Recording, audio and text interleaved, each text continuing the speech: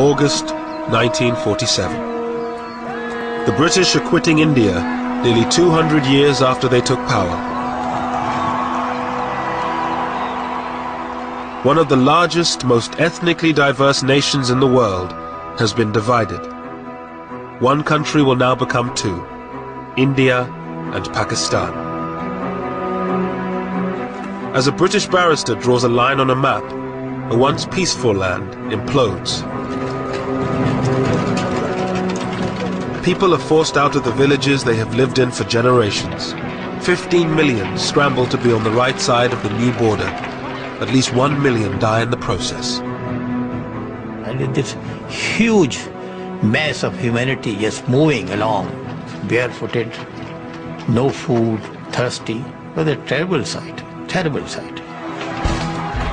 Communities that have lived together for centuries turn on each other in one of the worst communal massacres of the 20th century. It was so senseless, so utterly senseless.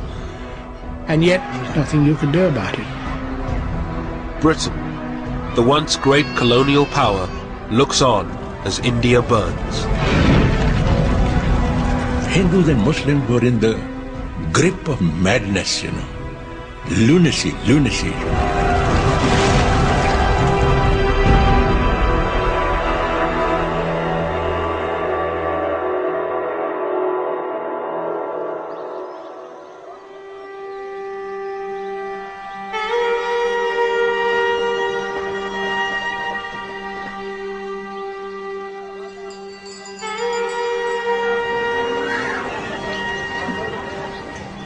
In 1946, British India was largely at peace. On the surface, there was communal harmony between Hindus, Muslims and Sikhs.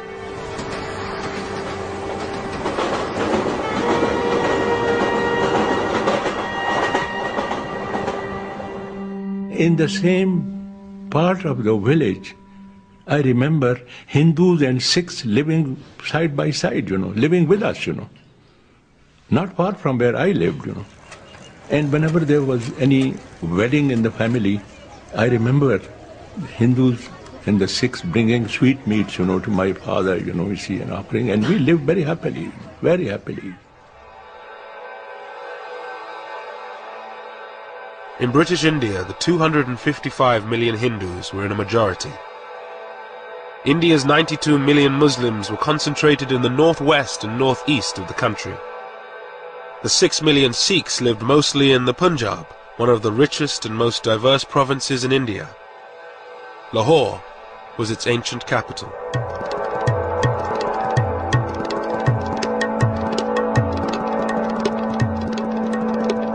Lahore was one of the most cosmopolitan cities in the country, a center for education and fashion.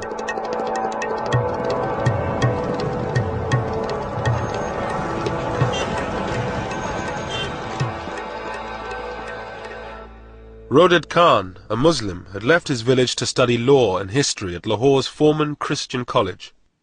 Lahore took my breath away, because it was a different city, and it was a different world.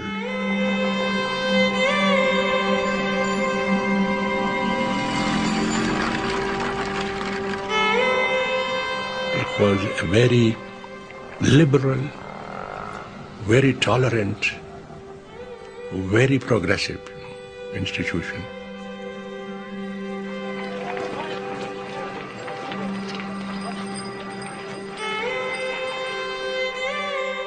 At the same time, Somanand, a Hindu, was in his final year of school in one of Lahore's fashionable suburbs.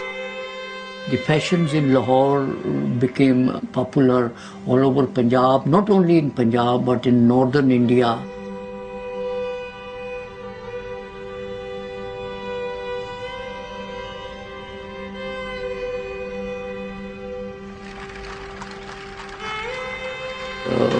There was a famous saying in Punjabi that a person who has not seen Lahore has not been born yet. He is yet to be born.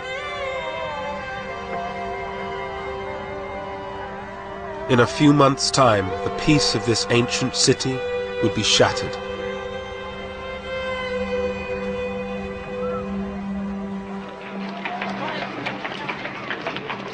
For nearly 200 years, Britain ruled over India's 380 million people.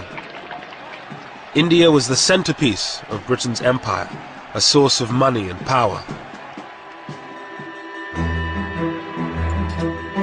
For the British who were stationed there, life had changed little in decades.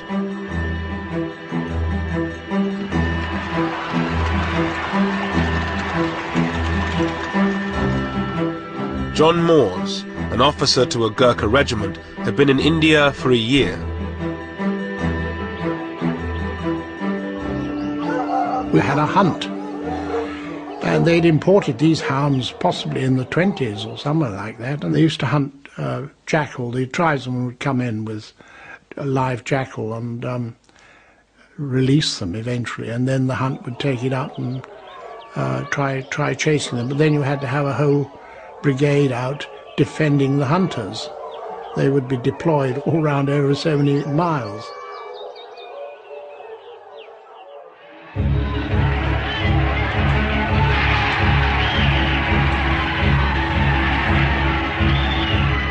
For decades, Indians had fought to rid themselves of British rule. The independence movement had been kept in check by ruthless military force. But by 1946, everything had changed. World War II had left Britain bankrupt. Mr. Moores and the other British troops knew that they would be the last. We knew that having come through a very expensive world war, that the cost of maintaining an army in India following the Far East War, we realized that this couldn't be paid for. The taxpayer, England was in a bad state, particularly 46, 47, financially.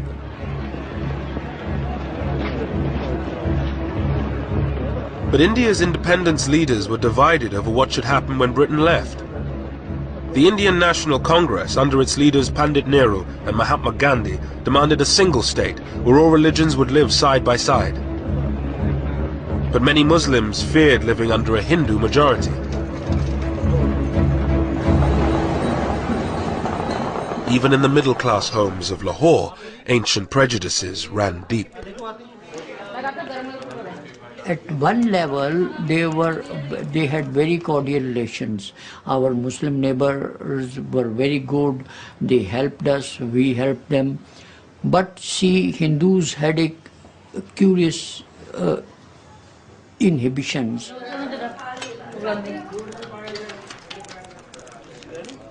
My mother's attitude, she didn't allow any Muslim to enter her kitchen. Any cooked thing from a Muslim home was not allowed to enter the kitchen. When she was eating, she would not allow her Muslim neighbors, the lady, to touch her. So such inhibitions and customs, they kept us apart. In Lahore's old city, Muslims were forbidden from drinking from the same taps as Hindus. Zahur Uddin, a Muslim, was a champion wrestler from the old city.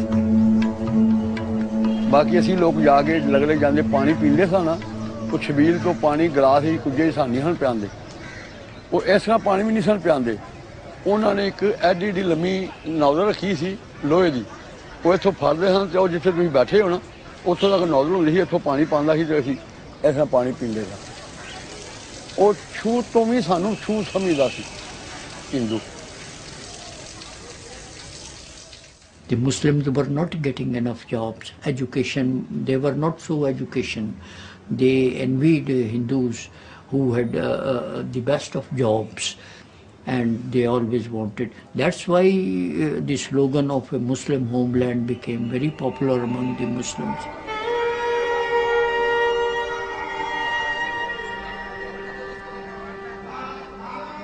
Muslim fears that Hindus would dominate an independent India drove the demand for a separate Muslim homeland.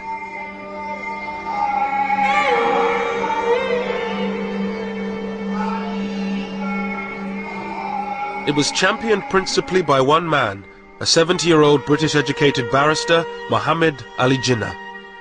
His Muslim League demanded the division of India into two, one country for the Hindus and Sikhs and another for the Muslims. Once the British leave, and there will be a democratic form of government, you see, But in a democratic form of government, the Hindus will always be in a majority, and the Muslim will always be in a minority. We have no chance. Our minority will never be transformed into a majority, and the Hindu majority will always remain a permanent majority. Therefore, we have no chance. Pandit Nehru, the leader of Congress, toured the country arguing the case for a united India. The whole idea that India should be divided was based on a fantastic notion that religion constitutes nationality. Nayantara Sehgal lived with her uncle, Pandit Nehru. While I was growing up, the entire national movement, which had cut across religion, region, caste, class, sex, it had been a truly unifying experience. So for a person like me, it was an absurd idea that India should be divided. It made no sense of any kind.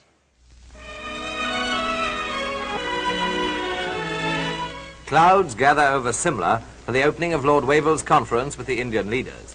In March 1946, a British government delegation, the Cabinet Mission, arrived to negotiate between Congress and the League. This was supposed to be the breakthrough conference, where a deal would be struck leading to an independent India. Pandit Nehru, who calls for an Indian republic, is accused by the League of working for domination over the Muslim minority. Jinnah did compromise on his demand for a separate Muslim state. He accepted a united India if it had weak central powers.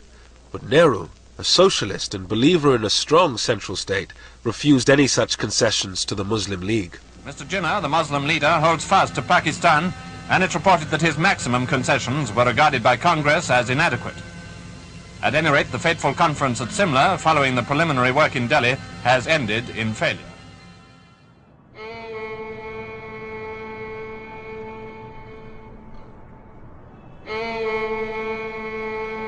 Calcutta, a stronghold of the Muslim League, August the 16th, 1946.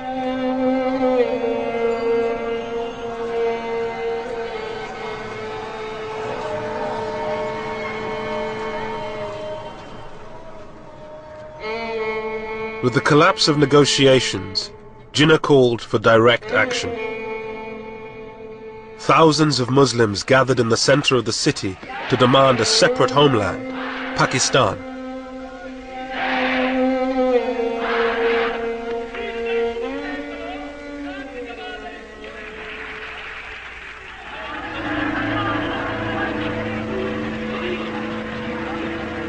As the crowds dispersed, the more radical elements headed for the Hindu parts of the city.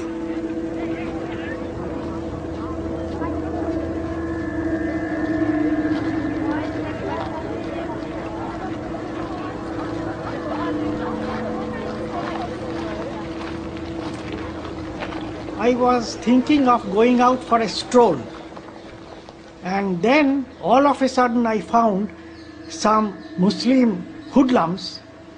They came out, shouted, Nara-e Takbir, Allahu Akbar. Allah is the great master.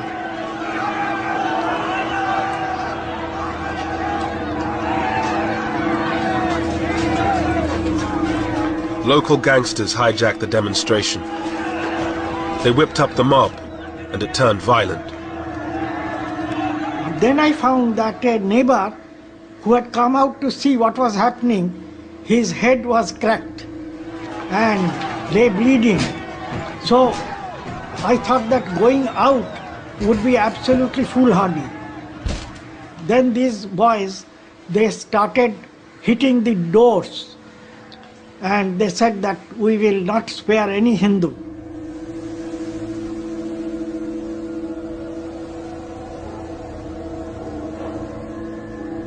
As the city erupted in communal violence, Muslim slaughter of Hindus turned to Hindu slaughter of Muslims. Shankar Ghosh, was covering the riots for a Calcutta newspaper. A jewellery shop was surrounded by a crowd armed with iron rods.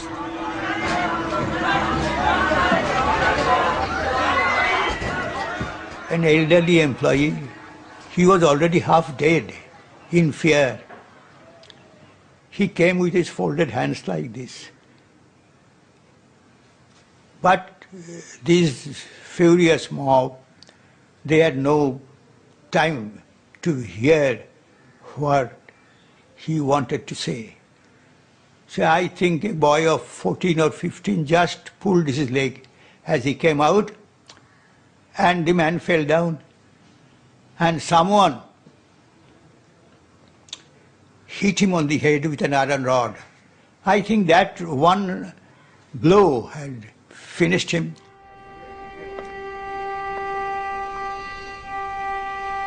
Around 5,000 people were killed in 3 days of rioting.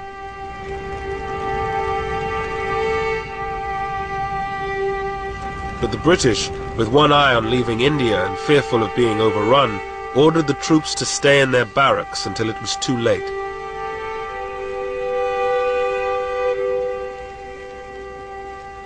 We had absolute faith in British authority. We had absolute faith in the peace that British had given us. For 3 days there was no sign of authority on the streets, and it was anybody could murder anybody.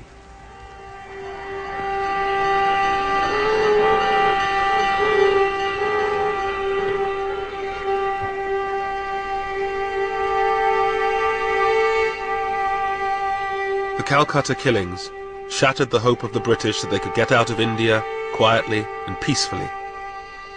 With religious hatred and suspicion growing, the dream of a united India seemed to be falling apart. Pran Chopra was a young reporter for All India Radio at the time of the riots. Until then, there was still a possibility that there could be an undivided India. That impression evaporated in the heat of what came to be known as the Great Calcutta Killings. Once that impact spread through the rest of the country, the hope that India could remain undivided began to vanish. After Calcutta, the violence spread. In Bihar, Hindus largely massacred Muslims. In Noakhali, in Bengal, it was Hindus who were mostly under attack. With British power waning, India was in danger of falling apart in the chaos of communal violence. One man thought he could bring the country together and maintain the dream of a united India: Mahatma Gandhi. Ashoka Gupta was one of Gandhi's disciples. After the riots, Gandhiji's attitude was that we are same people, born in the same country, brought up in the same country. We have believed in the community living. Whether you follow this faith or that faith, it doesn't matter. It's the humanity which concerns.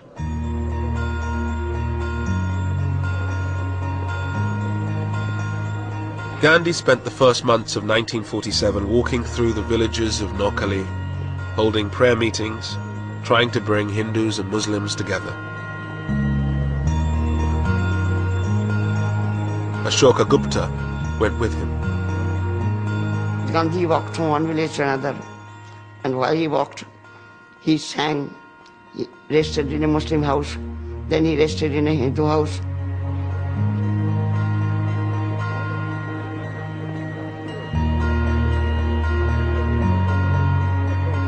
But the great pacifist and campaigner for independence was hardly the unifying figure he wanted to be. Gradually, the prayer meetings, the non-Hindus were absent. Shankar Ghosh reported the story for his Calcutta newspaper. The Muslims were not keen to come to him, were not keen to listen to him. And Before Gandhiji went on his morning trip from one village to another, they used to defile the path, spread thorns, bones, etc. on his road. An advance party had to be sent because he was in Noakhali, he was not wearing any shoes. He was walking barefoot. Gandhi had always opposed constitutional concessions to Muslims. For many of them, he represented Hindu supremacy.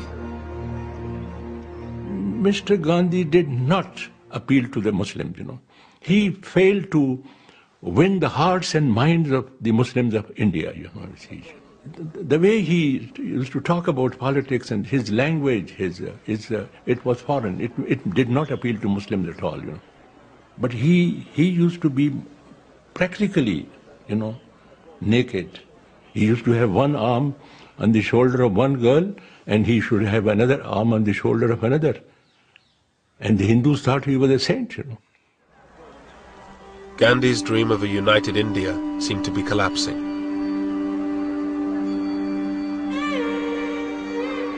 He was a sad man. I think nobody was listening to him. He was considered to be an incorrigible idealist who has no connection with reality.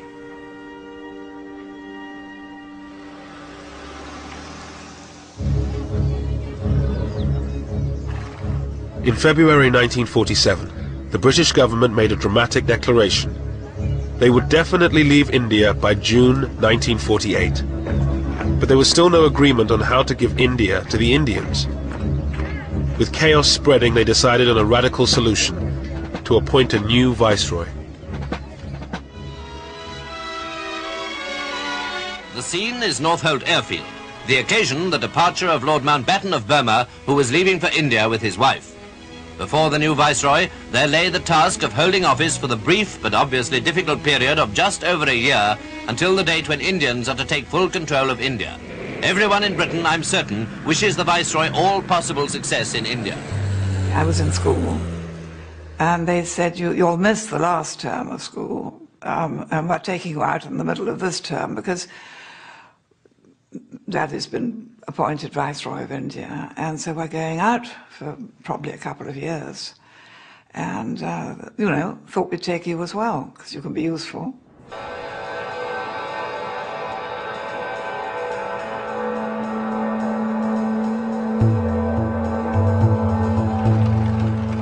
In March 1947, Mountbatten arrived in India. The former Supreme Allied Commander of Southeast Asia had a reputation for being a decisive leader, a man who could knock heads together.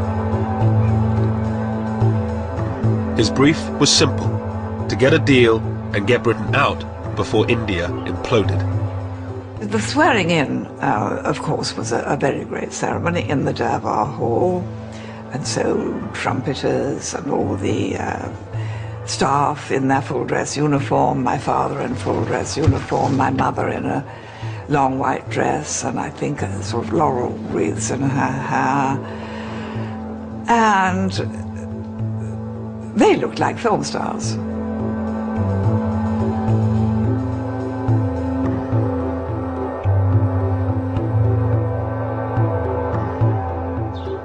The Viceroy, his wife Edwina the Vicereine, and their daughter Pamela moved into Viceroy's house in New Delhi with its staff of 5,000. In Viceroy's house, there were indoor gardeners. Now, the indoor gardeners just arranged the flowers in the vases and changed the water. And there were 25 of them as indoor gardeners. There was one man who spent his entire time with a seal that bore the British crown, stamping the butter pads. And there was another unfortunate man known as the chicken plucker, who did nothing else. So the scale was so amazing. Narendra Singh Sarila was to become Mountbatten's aide-de-camp, his personal assistant. Among other things, his job was to assist on tiger hunts.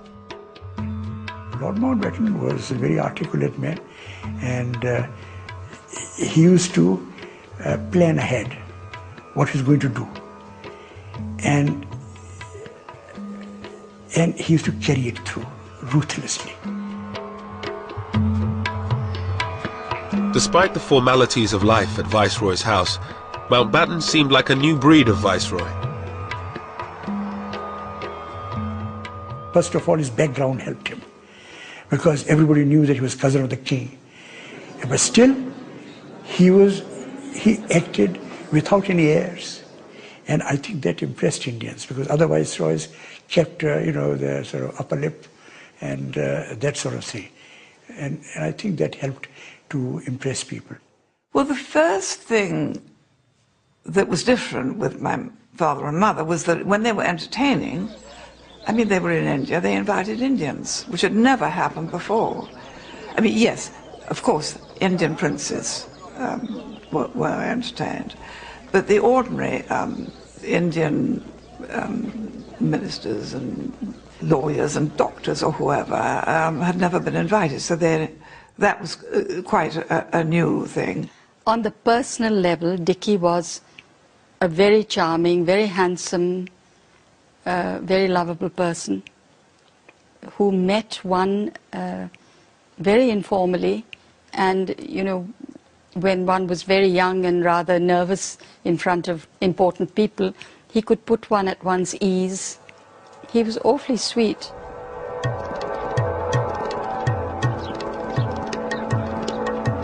Mountbatten's first task was to meet the Indian leaders, Mahatma Gandhi and Pandit Nehru for Congress, and Muhammad Ali Jinnah for the Muslim League. He hoped his more informal style would give him greater success than his stuffier predecessors. They sat away from the desks in armchairs and were offered refreshments of some kind, and he would say, well, now, before you put me in the picture politically and in the state of India, do tell me a bit about yourself. It was a technique that worked with Nehru. The two would become lifelong friends, but it totally failed with Jinnah. He came out of the meeting afterwards and said to his aides, my goodness, he was cold, cold as ice.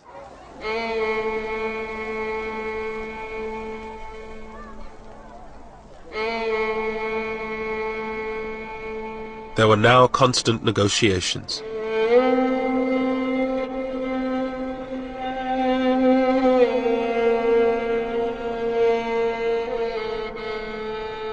As a divided India became a real possibility, the political tensions at the centre filtered down to the local level.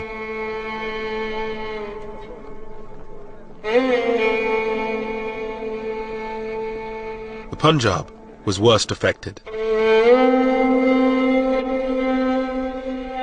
The province was one of the wealthiest in India. Hindus, Muslims and Sikhs all claimed it as their own.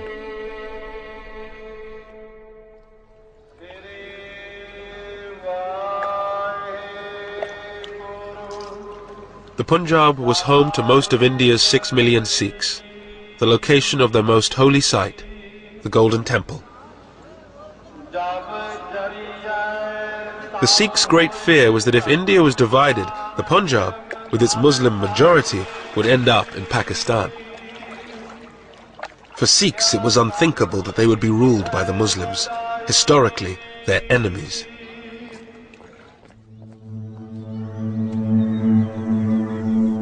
In many villages of the Punjab, communal harmony began to break down.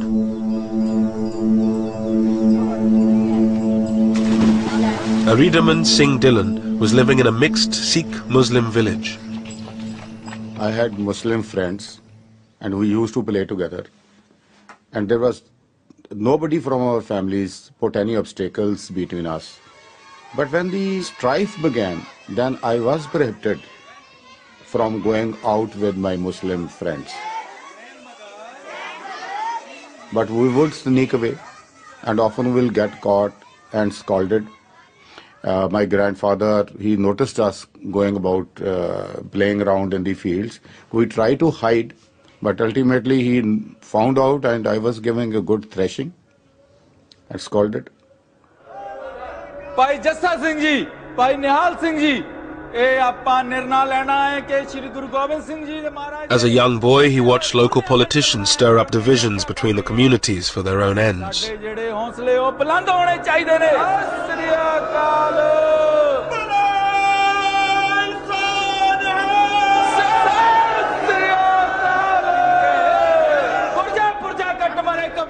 They have to whip up the sentiments of the people.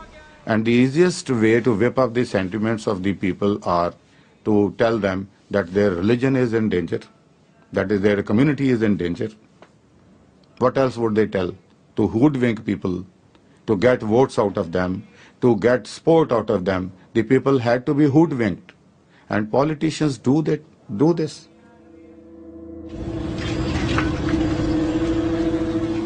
Tension also increased in the Punjab's capital, Lahore. Student Somanand always had a lot of Muslim friends. They now refused to talk to him. A class fellow of mine raised the Congress flag on the school building. The Muslims were very furious. Why? They also raised their Muslim League flag on the school building. So the tension increased. The distrust was already there under the surface. It was there for centuries, but now it came above the surface. John Moores and his band of Gurkhas were now sent to Lahore to help the local police keep the peace. We arrived in Lahore around about the 23rd of April. We already knew that there were rumblings going on for intelligence that had been passed to us, and we were briefed on that. And our first job was to get to know the city and how to get around it.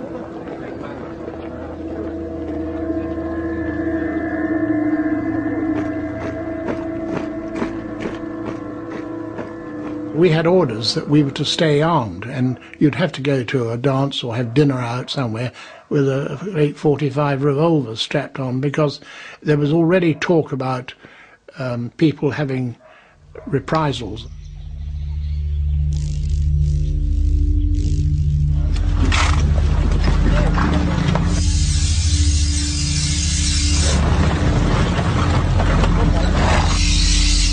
In the villages of the Punjab, there were few British patrols. The Sikhs began forming Jathas, armed bands. Many Sikhs had served in the British Army during the war and still had their weapons.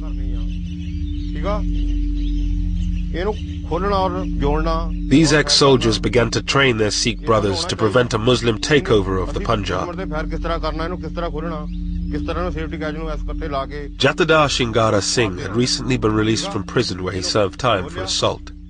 He lived in a Sikh majority part of the Punjab.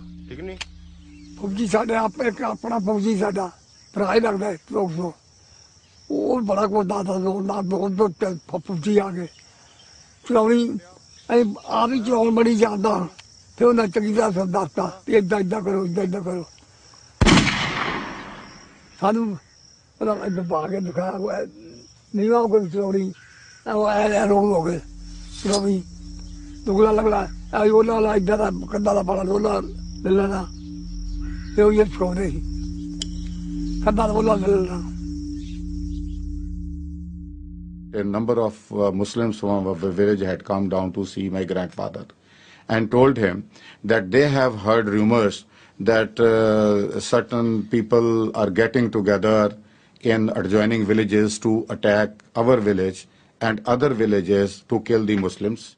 Aridaman Singh Dillon came from a long line of Sikh warriors. His ancestors had been imprisoned by the British. His grandfather, the village head, refused to join in the wave of communal violence. A committee of Sikh, Hindu and Muslim people were created, and they were given small arms like lances and axes. We had a couple of guns, and the basic reason for doing this was to guard their own village. against the people coming to loot the Muslims of that village and to guard their Muslim friends. And every night they would hold the patrolling throughout the village to guard the village and the Muslims.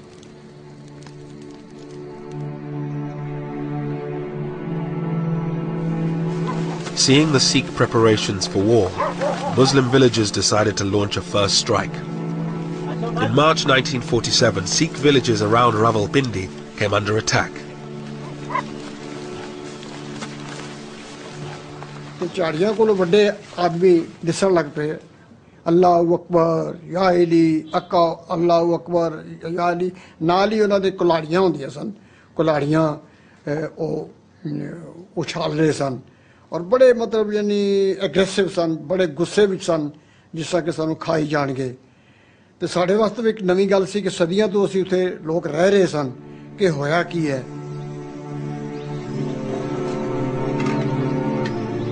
The Sikhs were heavily outnumbered by Muslims. Their biggest fear was that their women would be taken away, converted and raped.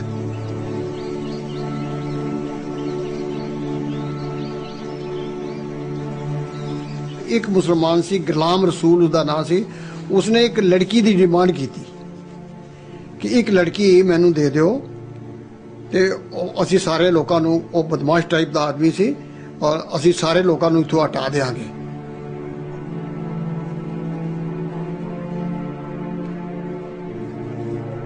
The women of the village went into hiding. Bir Bahadur Singh's father decided to act to save the honor of his village. His teenage son looked on. 10 ਸਾਲ ਤੋਂ ਲੈ ਕੇ 40 ਸਾਲ ਦੀ ਤੱਕ ਜਿਹੜੀਆਂ ਸੁਨੱਖੀਆਂ ਸਨ ਸਾਡੇ ਇਲਾਕੇ 'ਚ ਬੜੀਆਂ ਔਰਤਾਂ ਸੁਨੱਖੀਆਂ ਹੁੰਦੀਆਂ ਸਨ ਪਹਾੜ ਦਾ ਨੀਮ ਪਹਾੜ ਦਾ ਇਲਾਕਾ ਸੀ ਤੇ ਉਹ ਸਭ ਤੋਂ ਪਹਿਲਾਂ ਆਪਣੇ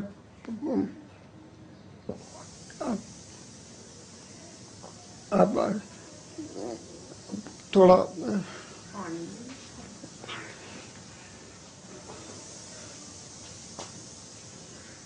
आवाज मारी सब तो पहला अपनी बेटी नु मान बेटा आ जा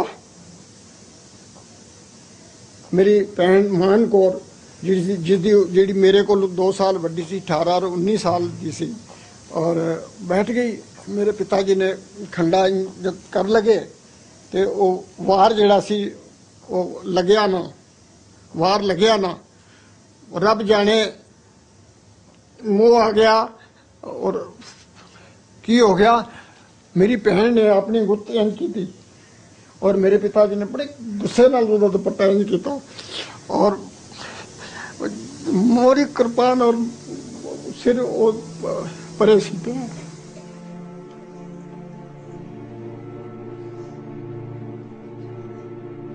और दो चाचा भतीजा ने मेरे एक होर ताया जी भी उपर सन जिन्हों का काफ़ी बड़ा शरीर सी उन्होंने सारिया ने कट्टना शुरू किया खट खट खट की आवाज़ आन सी मैं यकीन जान के जाना 60 साल मैंने अज की याद है किसी ने हाई नहीं की बस वाहगुरू की आवाज़ आती रही है किसी ने हाई नहीं की कोई नस्सी नहीं किसी ने रोला नहीं पाया Such scenes were repeated throughout the western Punjab in March and April 1947.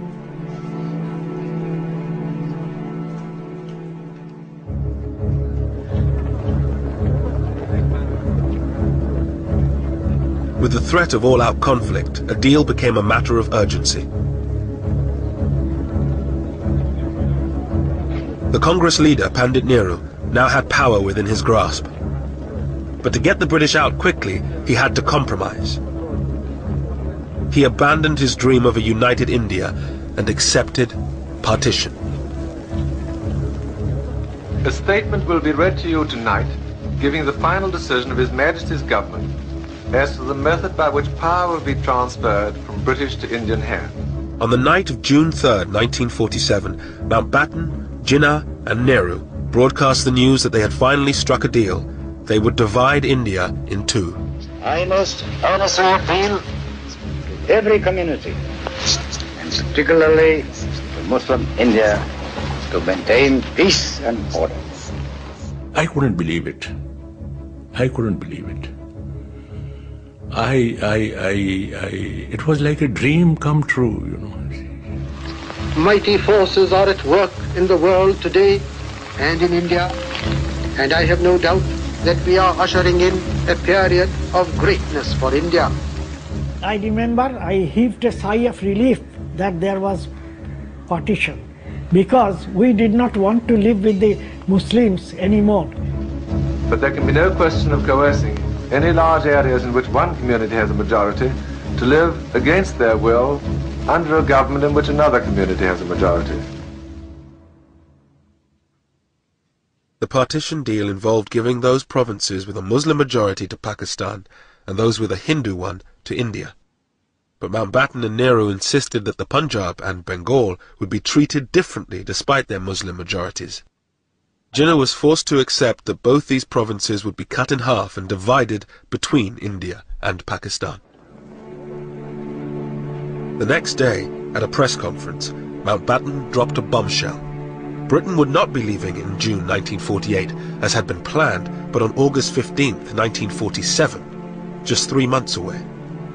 When asked why the date had been brought forward by nearly a year, Mountbatten replied, "Why should we wait? Waiting would mean that I should be responsible, ultimately, for law and order."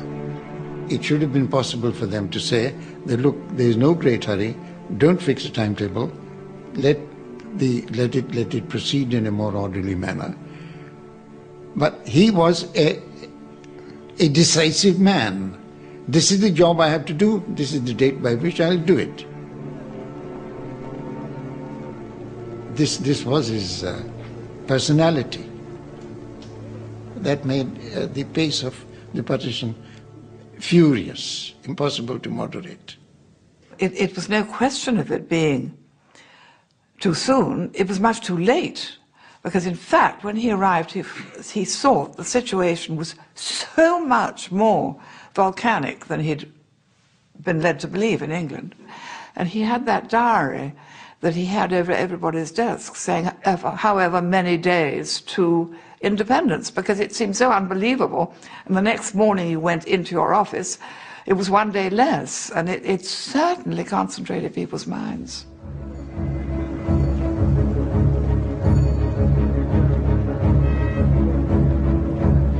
But with 3 months to go, no decision had been made on one crucial matter: where the border between Pakistan and India would lie.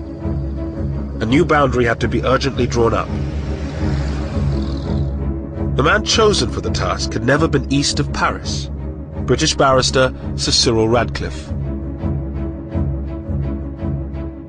Cyril Radcliffe was a very remarkable man. It was not just the quality of his mind, though that was formidable, perhaps the most formidable I ever encountered, I think. He had this unerring gift for going to the heart of anything he was discussing. He came very clearly to a rational conclusion. He was a very rational man. On July 8th, Radcliffe arrived in India. He moved into a bungalow on the Viceroy's estate. With partition only 36 days away, he met Mountbatten. The brilliant and serious barrister did not quite hit it off with the flamboyant Viceroy. I think he thought that he was a vain man, and not a man whose judgment was totally to be relied upon. But he didn't dislike him, and I think he respected the fact that Mountbatten was the last Viceroy and doing the best he could with a very difficult remit. Could you get me the figures, please, for the Gurdaspur district? I believe I'm right in saying that there is a narrow Muslim majority, but not a substantial one. Yes, it's 50.6%. 50.6. With his private secretary, Christopher Beaumont, Radcliffe began his work. His toughest job would be in the Punjab and Bengal, which were being divided in two. Radcliffe was being asked to draw a line through the middle of both provinces. In doing so, he would look at which religion was in a majority in each individual district, but he would also take into account other factors, such as the connection of railways, canals, and irrigation channels. In the streets of its great capital, Lahore, there was uncertainty over which side of the city the border would fall.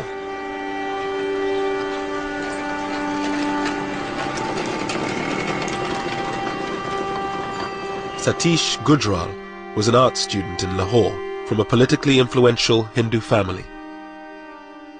Most of my Muslim friends also agreed that logically speaking, there was more chance that Lahore will go to Indian side. Because seeing everything belongs to Hindus, education, money, banks, insurance, buildings.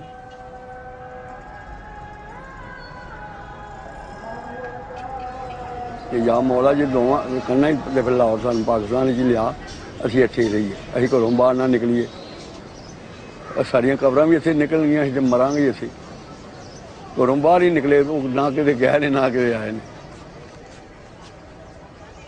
On the quayside at Bombay, Viscount Mountbatten bids bon voyage to 1,500 British soldiers. With tension increasing, the British government decided this was the moment to bring most of the remaining troops home. 50,000 more.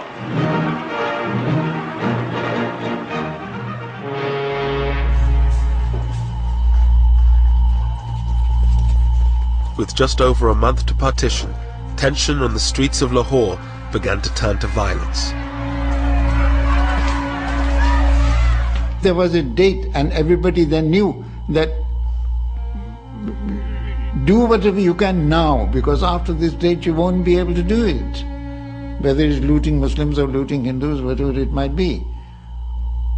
So therefore the date itself became a driver. With the borders still to be decided, Muslims, Sikhs and Hindus began to clear their neighborhoods of anyone not of their community. माहौल जो खराब होंदा गया फिर इहो ही होंदा गया कि इत्थों जेह्ड़े मुंडे सन ना वो रेहड़ी ते वड्ढ के ना वड्ढ वड्ढिया करके एक अद्धा बंदा मिल गया कोई फस गया उन्होंने वड्ढ के बोरी पा के ते उत्थे लिया के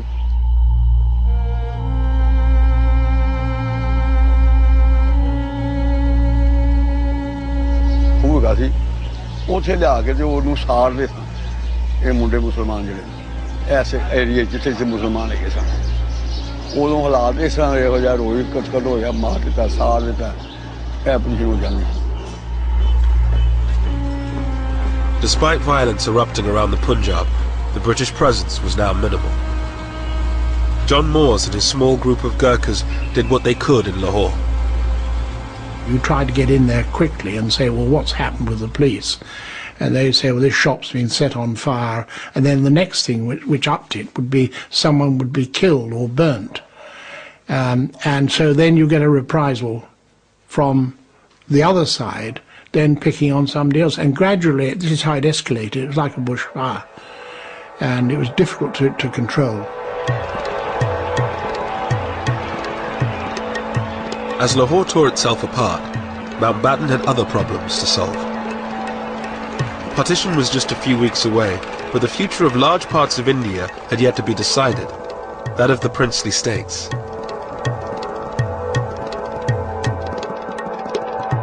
Ruled by princes, these semi-autonomous states were dotted around India. They had been allowed to run their own affairs in return for their loyalty to the British Crown.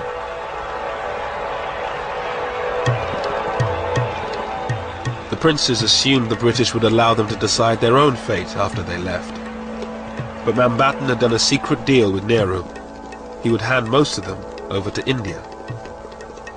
Narendra Singh Sarila, then a young prince, attended the meeting where Mountbatten announced their future.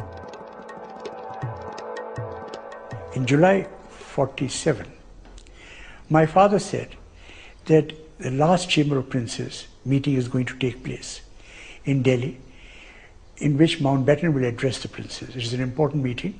You go, you deputize for me. You know, he was trying to build me up. On July 25th, the princes gathered to hear what Mountbatten was offering them.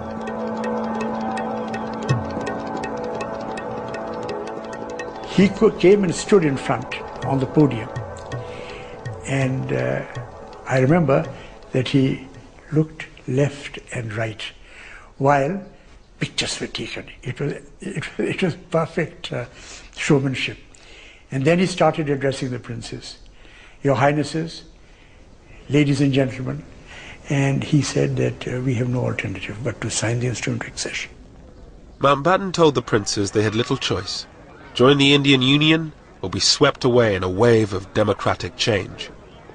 And I think this made a great impression, and many of the princes who had these ideas that they would become independent and do what they like, this collapsed. They realized that if they didn't sign, most of the princes, the small ones, they would be most probably wiped out.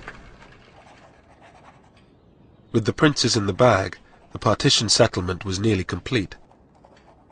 All that remained was the final border, down to Sir Cyril Radcliffe.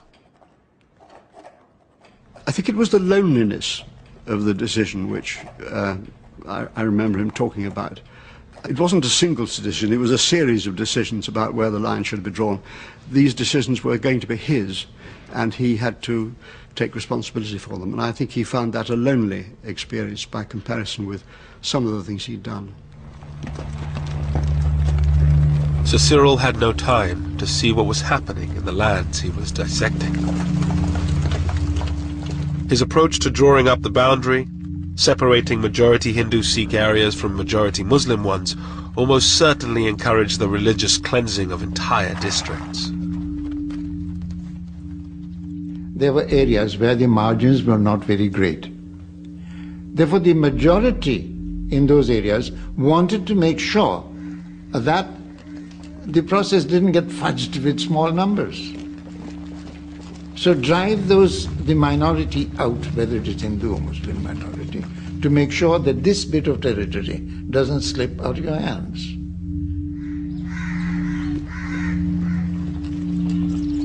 Mayhem now ensued in the villages of the Punjab. A few individuals took a stand. Dylan's grandfather was threatened for trying to protect his Muslim neighbors. Some people had often sent messages to my grandfather that people who were going about looting and killing Muslims, they wanted to eliminate our family because we were putting an obstacle in their way. But my grandfather would not be deterred. He would not be afraid. He was that way.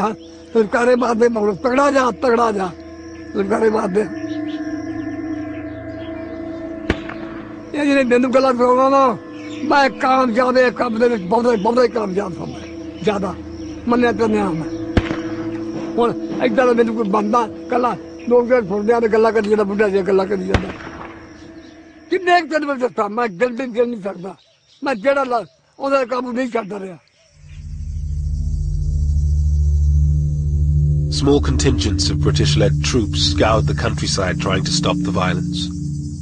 But by then, they were just too few to make a difference. One had messages coming in all the time by hand, written messages. I can remember one, it was rather a sad, pathetic note by some chap who could write a little bit of English. And he had been in the Indian Navy.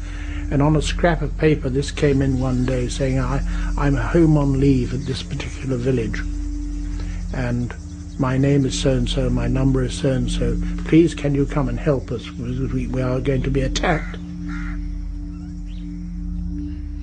But by the time we located the village, we got there and the village had been attacked and I couldn't find this man, a lot of people were killed.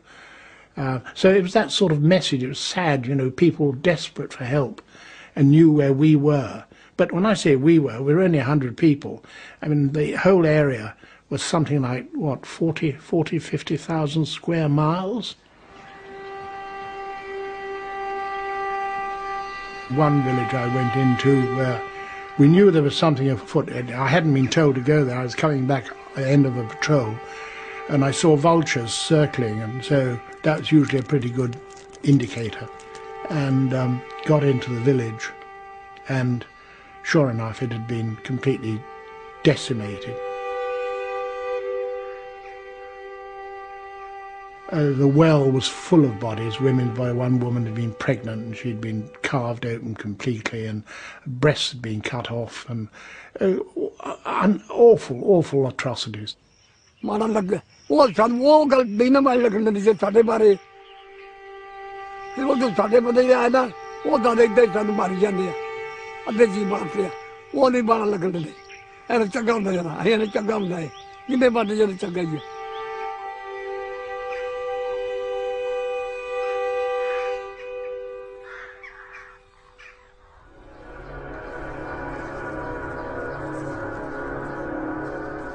In Lahore, murder was now an everyday occurrence. With partition just 2 weeks away, rumours circulated that the city would go to Pakistan. Lahore's richer Hindus took no chances. There was tension. The Hindus started leaving much before the partition Lahore. They knew that Lahore would go to Pakistan. They started leaving the city, but they pretended that they are not leaving.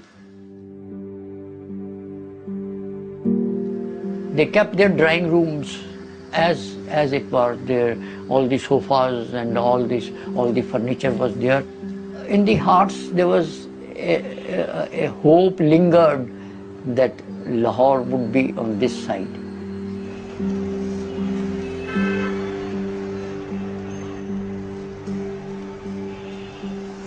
कई ਜਿਹੜੇ ਮਾੜੇ ਮੋਟੇ ਸਨ ਉਹ ਜਾ ਉਹ ਤਾਲੇ ਮਾਰ ਕੇ ਵਿਚਾਰੇ ਲੁਕੇ ਰਹਿ ਕਿੱਥੇ ਜਾਈਏ ਕਿੱਥੇ ਆਈਏ ਉਹ ਲੋਕ ਹੀ ਮੋਏ ਨੇ ਜਿਹੜੇ ਸੌਖੇ ਸਨ ਉਹ ਪਹਿਲੇ ਹੀ ਨਿਕਲ ਗਏ ਸਨ ਤਾਲੇ ਮਾਰ ਕੇ ਜੰਗਲੇ ਮਾਰ ਕੇ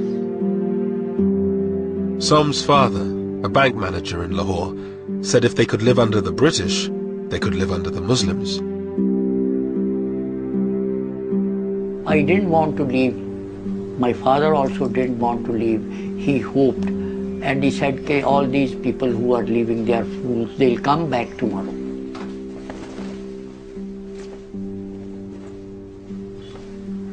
But that was not true. When our neighbors started leaving one by one, he still hoped. Our closest neighbors who we had very close relationship, the Bhatiyas, when they left, my father wept that day. As thousands fled, Muslim gangs set fire to the Sikh and Hindu areas of the old city. The old Lahore, beautiful and historic, was in flames. At night when I used to sleep on the terrace, I could see the Hindu Shahalmi area burning 5 miles away.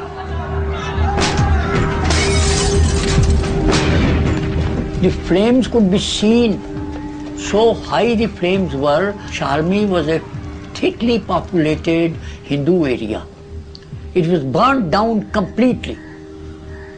And I could see 5 miles away the flames, the light, all that. And we were so terrified that night.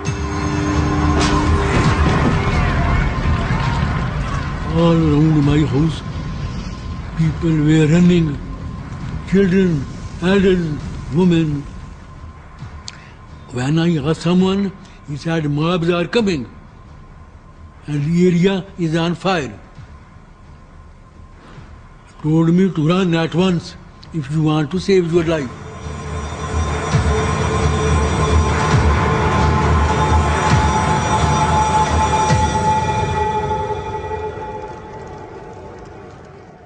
The whole horizon full of fire, smokes and all red. It was such a sad, sad, sad moment for my life. Seeing Lahore, such a beautiful city, it was all burning. I have done what I can in drawing the line to eliminate any avoidable cutting of railway communications and of river systems, which are... On August 9th, Radcliffe had finished drawing up the border, but Mountbatten decided to keep the new boundary a secret until after independence, so the British wouldn't be blamed for any ensuing violence. The delay prolonged the uncertainty, and some believe it increased the loss of life. Signed, Cyril Radcliffe. I never forgave him. Why he kept the decision to be announced about Lahore so late? I feel much killing would have been saved if they had announced the fate of Lahore 15 days before. On the eve of independence, Radcliffe wrote to his stepson in London. Nobody in India will love me for my award about the Punjab and Bengal, and there will be roughly 80 million people with a grievance who will begin looking for me. I do not want them to find me. I've worked and travelled and sweated. Oh, how I have sweated the whole time. Radcliffe left India 4 days later, never to return. He was deeply conscious that his rulings or his recommendations would generate controversy, conflict, and the possibility of a loss of a lot of human life. I do remember him saying that any solution, any drawing of the line would have done that.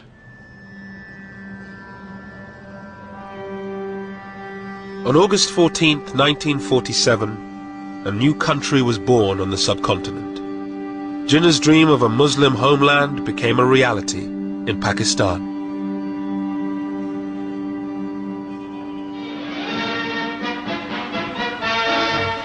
Through Karachi streets drives the Quaid-e-Azam, Muhammad Ali Jinnah, Pakistan's first Governor-General.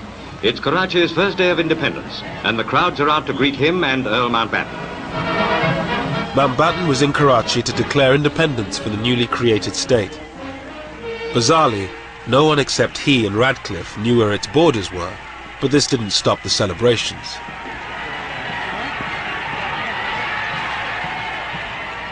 It never occurred to us that the Muslims of India will ever see the emergence of a sovereign, independent country, which they could call their own, you see.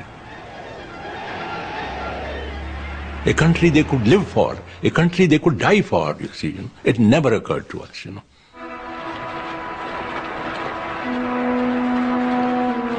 The next day it was the turn of India to celebrate.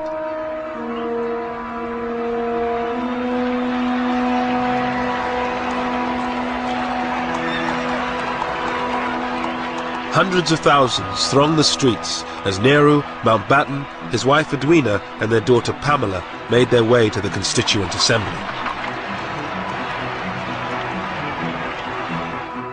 Unfortunately, when my parents arrive, they can't get in because the crowd is so thick, but so thick, that they can't open the doors. So there's no way for them to get in.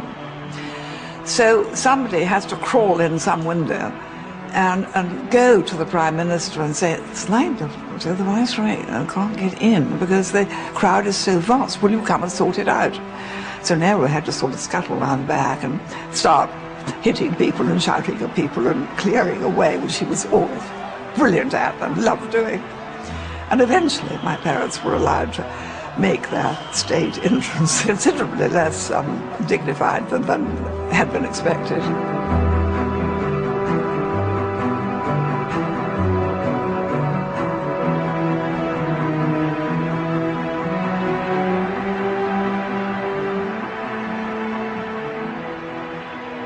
Well, you must remember that whatever the tragedy of partition, there are other aspects to it. I mean, it was an exhilarating occasion. There were millions of people out on the streets celebrating. For my uncle and for his colleagues, it was the realization, though not in whole but in part, of their lifelong dream, the cause to which they had given their entire lives. And here it was, Indian independence. But not everyone was celebrating. Gandhi, who for decades had struggled for a united independent India, lay fasting in Calcutta.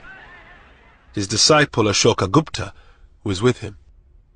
He was a disappointed man. He was a man in distress.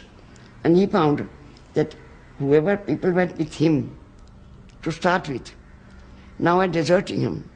The desertion by other leaders, I think, hurt him very much. He wanted to die. His attitude was, let me die.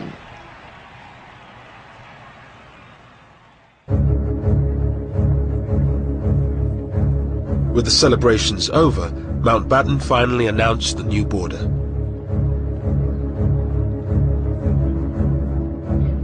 It sliced through the previously united provinces of Bengal and Punjab. Lahore was given to Pakistan, a disaster for the city's few remaining Hindus. We were dejected and we were so sorry because, see, those Hindus, by that time, Hindus had realized that it would not be possible for them to stay in Pakistan.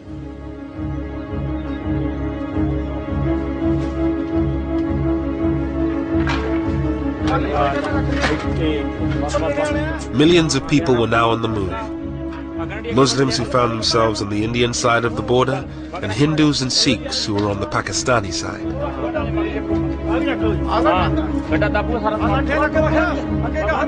They packed their belongings onto bullock carts and left the villages they had lived in for generations.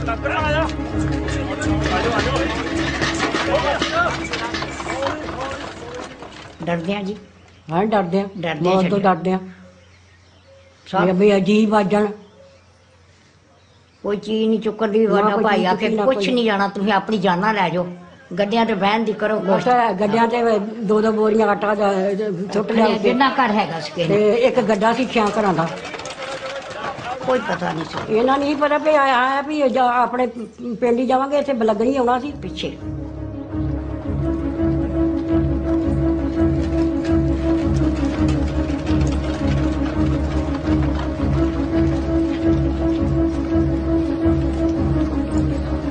The refugees formed human caravans called kafilas.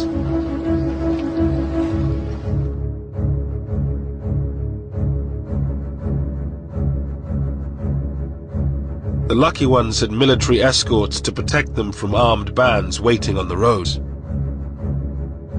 The first major refugee movement, the biggest concentration, was about a 50 miles long column of over 200,000 people was moved, and I was escorting it from Jalandhar onwards up to the Pakistan border.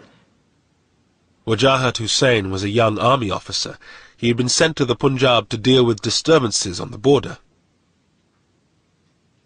We had very few troops with us, So here were these people. There were no transport arrangements. There were no arrangements for the medical cover. There was nothing except that we had collected these people in open spaces.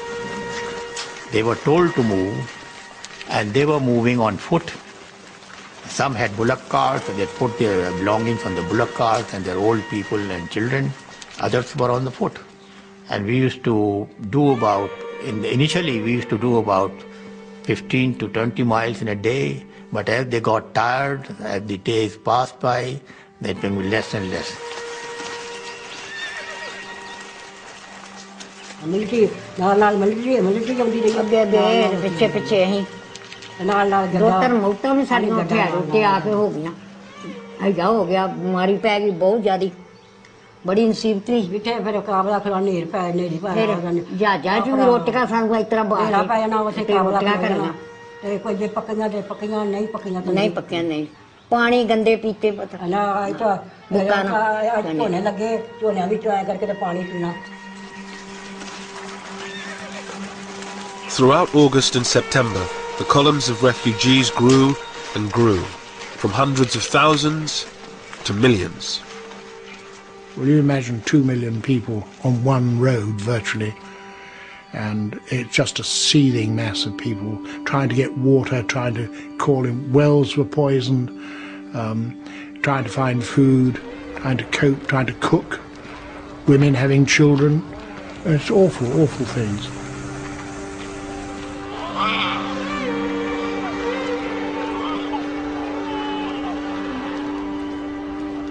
And of course they often try to stop us and to ask for help, and sometimes, if depending what we were doing, we'd stop and say, what's the matter, what do you want? And then they'd say, we've no food, and we say, well, I'm sorry, I can't do anything for you, because that wasn't our job. We just didn't have any food to give them.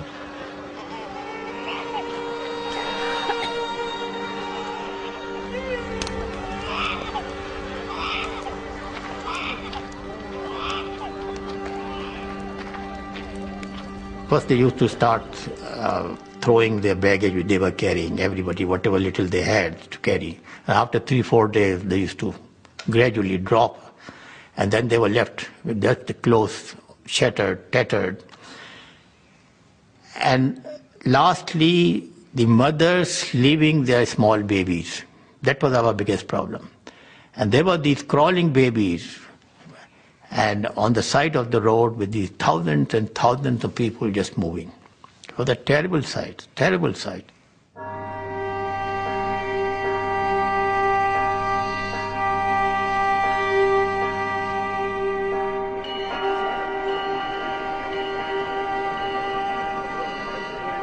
Tens of thousands of people boarded special refugee trains that made their way between India and Pakistan. They were easy prey for the armed gangs that roamed the countryside. It was John Moore's job to escort a trainload of Muslim refugees to Pakistan.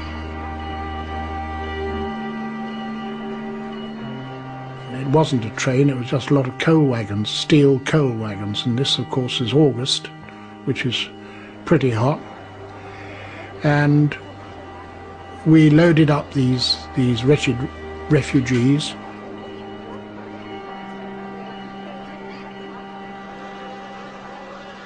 It was very distressing, and the journey from Ambala to Amritsar by train normally, you could do it in about, I suppose, 4 or 5 hours.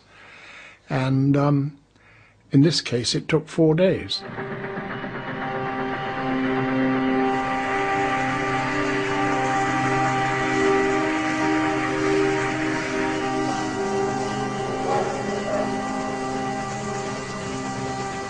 There was no water, very little water on the way. We had our own supplies of water for the 3 platoons, but we had a job to do, and we couldn't help them.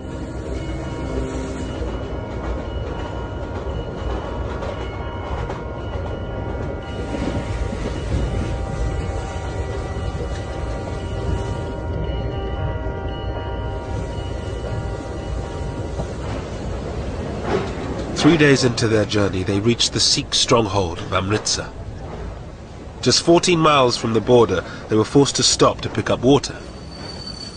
The station had been taken over by hundreds of armed Sikhs.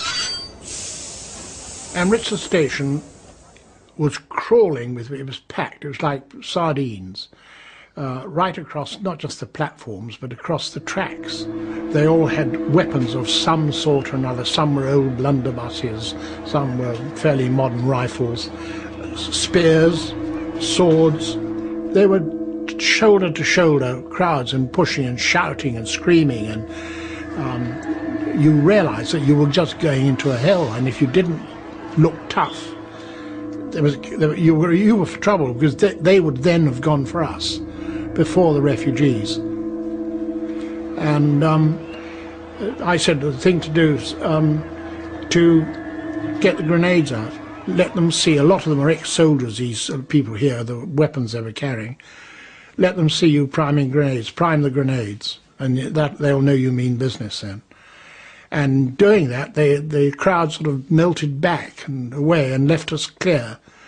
And I suppose we must have been in the station for about 4 hours, something like that.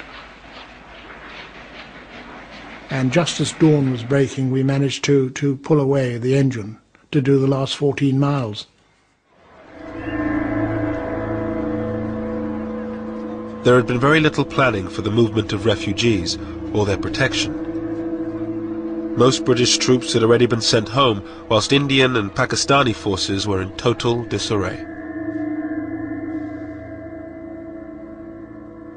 They were totally inadequate forces. And the reason was very simple, because the Indian army was being split. At the same time, don't forget that the troops were also concerned about their families, because wherever they came from, the trouble was going on in their homes also. So they were very much concerned. And most of them were on leave, or they were on the process of joining their new unit, or they had already joined. So very few bodies on the ground, really speaking, available to us to deal with the job.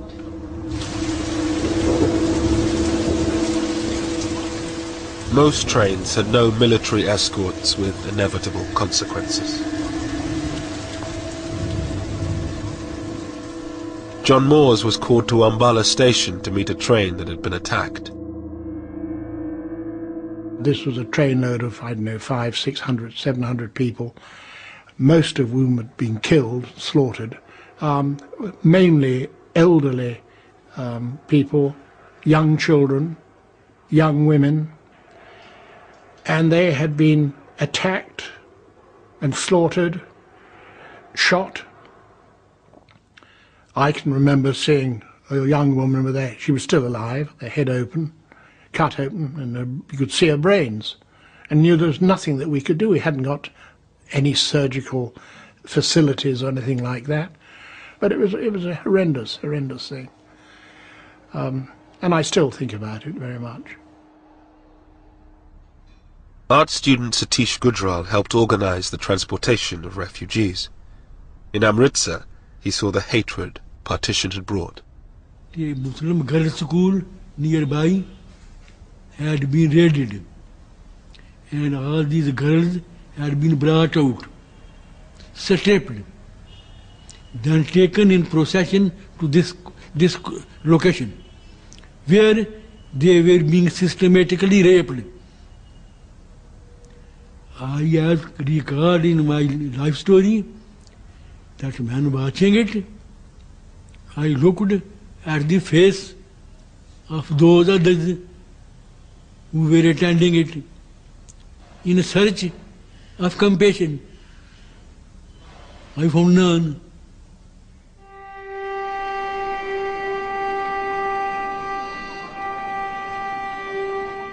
In the coming months, around 15 million people made the journey from one side to the other.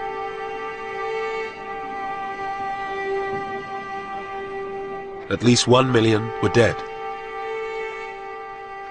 Thousands more lay abandoned in makeshift refugee camps, stuck on the wrong side of the border.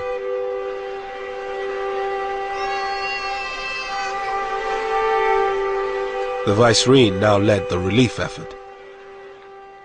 My mother was forever visiting the Punjab. She visited in 5 months. She did 70 major tours of the Punjab into the camps and trying to organize the camps, organize the hospitals, get guards on the hospitals, get food. And they soon learned that tell Lady Mountbatten something or answer one of her questions and something will happen.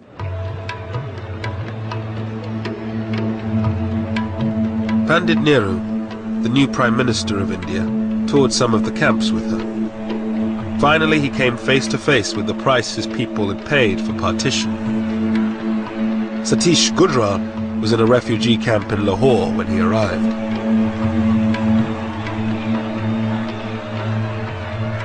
I vividly recall everything graphically. There the refugees wanted to kill him. He was shocked. A man who grew up as the darling of the people was going to be killed by the same people. I had been in pro-Nehru fellow, but that evening I did not feel, because I thought for the leaders having been truly responsible for all this havoc. So I thought he was only harvesting what he had sowed. So that first time that day, I felt no reverence toward him.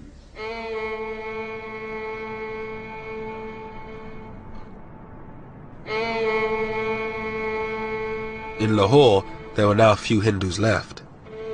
Somanand and his father were among the last. In the weeks following partition, they came under attack from Muslim gangs seeking a religiously pure Lahore. And it was free for all in the city. There was no one to check them. So they had come for that purpose, and somebody had given them our address and all that, and they came to kill us. But fortunately, we had a very narrow escape, and I was with a neighbor, with a Muslim neighbor, and they looted, they ransacked the house, took away all the clothes which they could use, all our shoes. And when our Muslim neighbor raised a hue and cry, they said, "We'll shoot you if you support the Kafirs." It was too much even for Som and his father, who throughout the violence had held out the hope that they could stay on in the city of their birth.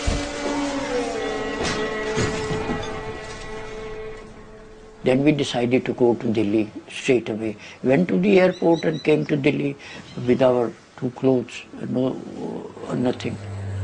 We left in a plane. My father bought 2 tickets for Delhi.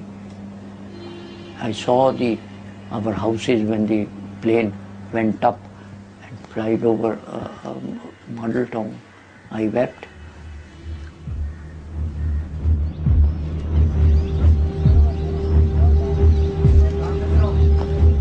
In Dillon's village, where the Muslims had been protected by his grandfather, the Indian army arrived one day and ordered the Muslims out.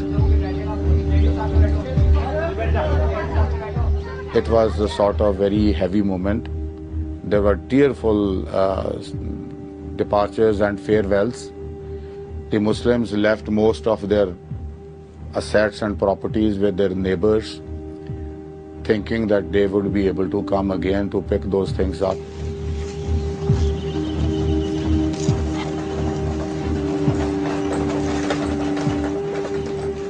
Initially, the people felt very remorse about their going. But then, in a couple of days, they try to occupy their homes. They try to take away whatever they had left.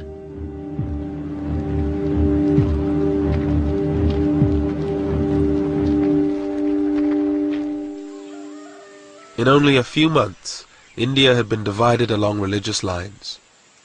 The Indian part of the Punjab was cleared of nearly all its Muslims, while Pakistan was emptied of most of its Sikhs and Hindus.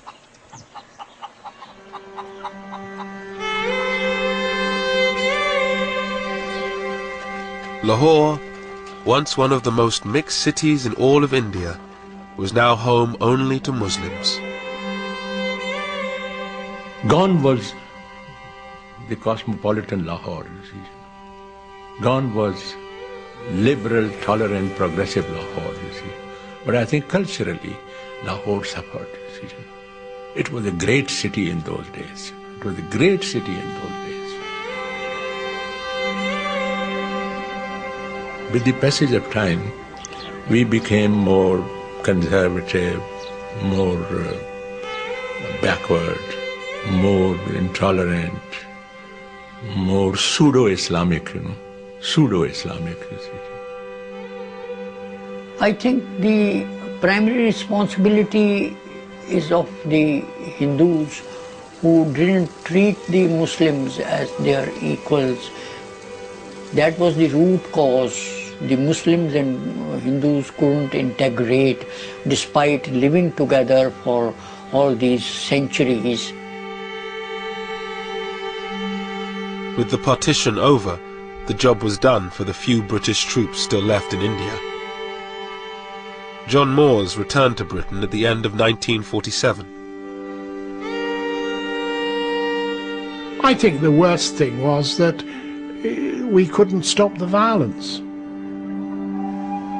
The unnecessary cruelty is something which we didn't really know much about. Mountbatten stayed on in India until the end of 1948 as its Governor-General.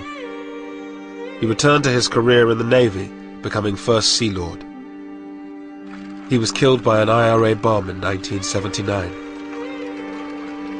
The whole problem was that Mountbatten tried to do this job in too short a time. To expect a country to be partitioned, a new country to be created, and within 2 months move the portion of the government of India to Pakistan, and to move the troops to Pakistan and from Pakistan to India was a tremendous job. It cannot be done, and that's exactly what happened. Everything went out of control.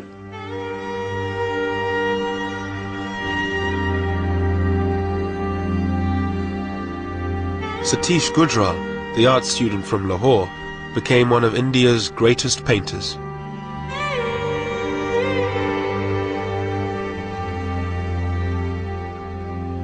This experience sank in me so deep after partition, and began to paint without any consciously effort.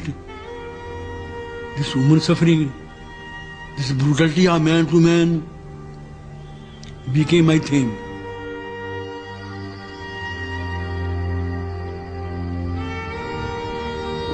The border created in 1947 would become the focus for 3 wars and 60 years of animosity between the government of India and Pakistan.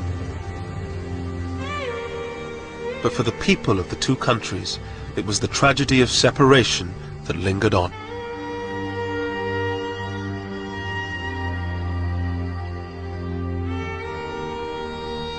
I missed my friends. I couldn't understand why they had to go. Why were they pushed away? The only thing was that they were being pushed away. I knew they were not going happily, so I couldn't understand why. And I still think, why?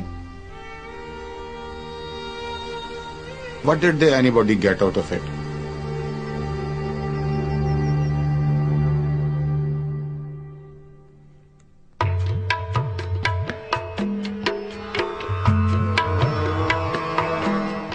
And on BBC 4 at 11 in Midnight's Grandchildren, 3 British teenagers travelled to the Punjab to see how their families were affected by partition.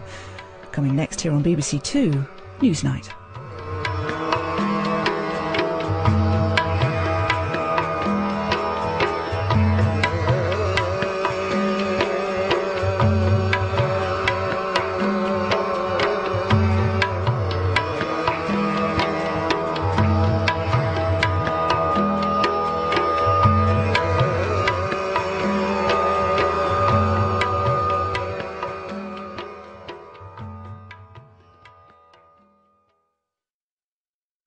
What's it really like to be British and Asian today?